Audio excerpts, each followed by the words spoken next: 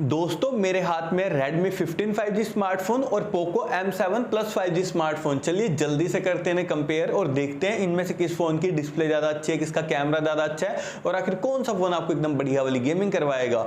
और सबसे पहले हम बात करेंगे बैक कैमरा सेटअप की। तो दोनों फोन्स के बैक में ड्यूल कैमरा का सेटअप दिया गया है, उनका कैमरा सेटअप बिल्कुल सेम है। आप भी सोच रहे होगे यार दोनों फोन अब तक सेम ही है, तो भाई आगे भी ये दोनों फोन सेम ही है, ये Redmi Poco के झोल चलते ही रहते हैं। तो यहाँ पर इन दोनों फोन्स का जो मेन कैमरा 50 मेगापिक्सल का, डेप्थ कैमरा है 2 मेगापिक्सल का। देखिए दोस्तों जो दोनों फोन्स के मेन कैमरा था 50 मेगापिक्सल के, नो डाउट भाई डिसेंट डिटेलिंग के साथ में आपकी फोटोज क्लिक कर देंगे, कोई दिक्कत नहीं आएगी। आप चाहे पोर्ट्रेट शॉट देख लीजिए, मुझे प्राइस पॉइंट के अकॉर्डिंग दोनों फोन्स के पोर्ट्रेट शॉट्स यहाँ पर भी अच्छे लगे हैं।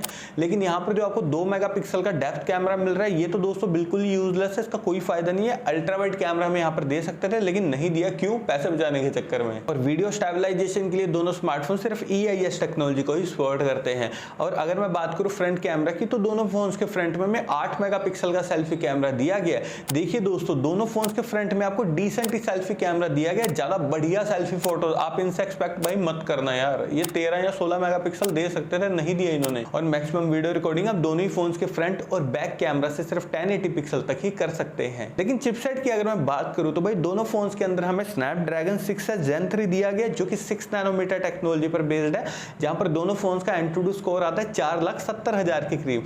देखिए दोस्तों ये जो चिपसेट आपको दोनों फोन्स के अंदर मिल रहा है ना, डे टू डे परफॉर्मेंस के मामले में बढ़िया है, कोई दिक्कत नहीं आएगी। लेकिन दोस्तों अगर आप सोच रहे हो इन दोनों फोन्स को हैवी गेमिंग के हिसाब से बाय करने का, तो नहीं भाई ये दोनों फोन्स आपको हैवी गेमिंग नहीं करवाएंगे दोस्तों, बट डिसेंट गेमिंग करवाएंगे, इस बात का आपने ध्यान रखना है। तो अगर आपको बढ़िया गेमिंग करनी है ना तब आपको Vivo T4X 5G को बाय करना है, वो फोन आपको बढ़िया गेमिंग करवाएगा।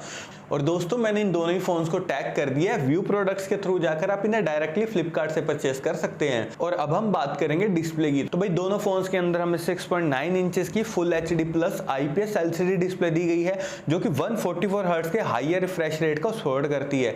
यानी कि दोस्तों डिस्प्ले यहाँ पर भाई कंटेंट वॉचिंग के हिसाब से दोनों स्मार्टफोन्स की भाई बढ़िया है। IPS पैनल मिल रहा है, आप डिसेंट कंटेंट वॉचिंग कर पाएंगे, कोई दिक्कत नहीं आएगी। और IP रेटिंग की अगर मैं बात करूँ तो दोनों फोन्स के अंदर हमें सिर्फ IP64 रेटिंग ही दी गई है।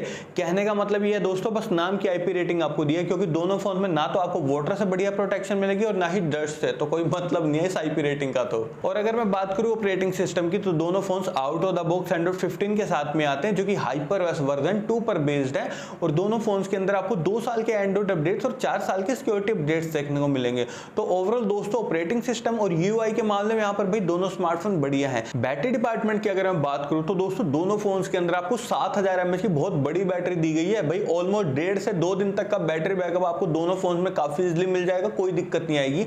और दोनों फोन्स यहाँ पर 33 वोल्ट की फास्ट चार्जिंग को सपोर्ट करते हैं और 18 वोल्ट की रिवर्स चार्जिंग को सपोर्ट करते हैं। नेटवर्क कनेक्टिविटी की बात करूं तो दोनों फोन्स ट्रूली 5G कनेक्टिविटी के साथ में आते हैं। 3.5 mm जैक हमें दोनों फोन्स में किसी में भी नहीं दिया गया, लेकिन दोस्तों सिंगल स्पीकर ही हमें दोनों फोन्स के अंदर दिए गए हैं। और सिक्योरिटी के लिए हमें दोनों फोन्स के अंदर side mounted fingerprint sensor plus face unlock देखने को मिल जाता है। और अब लास्ट में हम बात करते हैं प्राइसिंग की। तो देखिए दोस्तों दोनों ही फोन्स के 6 + 128GB वेरिएंट की प्राइसिंग है 14,000 पे।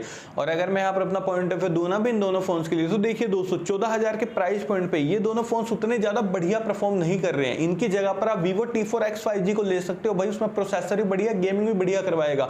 वहीं दूसरी तरफ दोस्तों अगर आपका बजट भाई 4-5 हजार और बढ़ सकता है ना, तो भाई 19,000 के प्राइस पॉइंट पे आप Vivo T4R ले लेना भाई, वो वाला फोन तो सच में वैल्यू फॉर मनी डील है।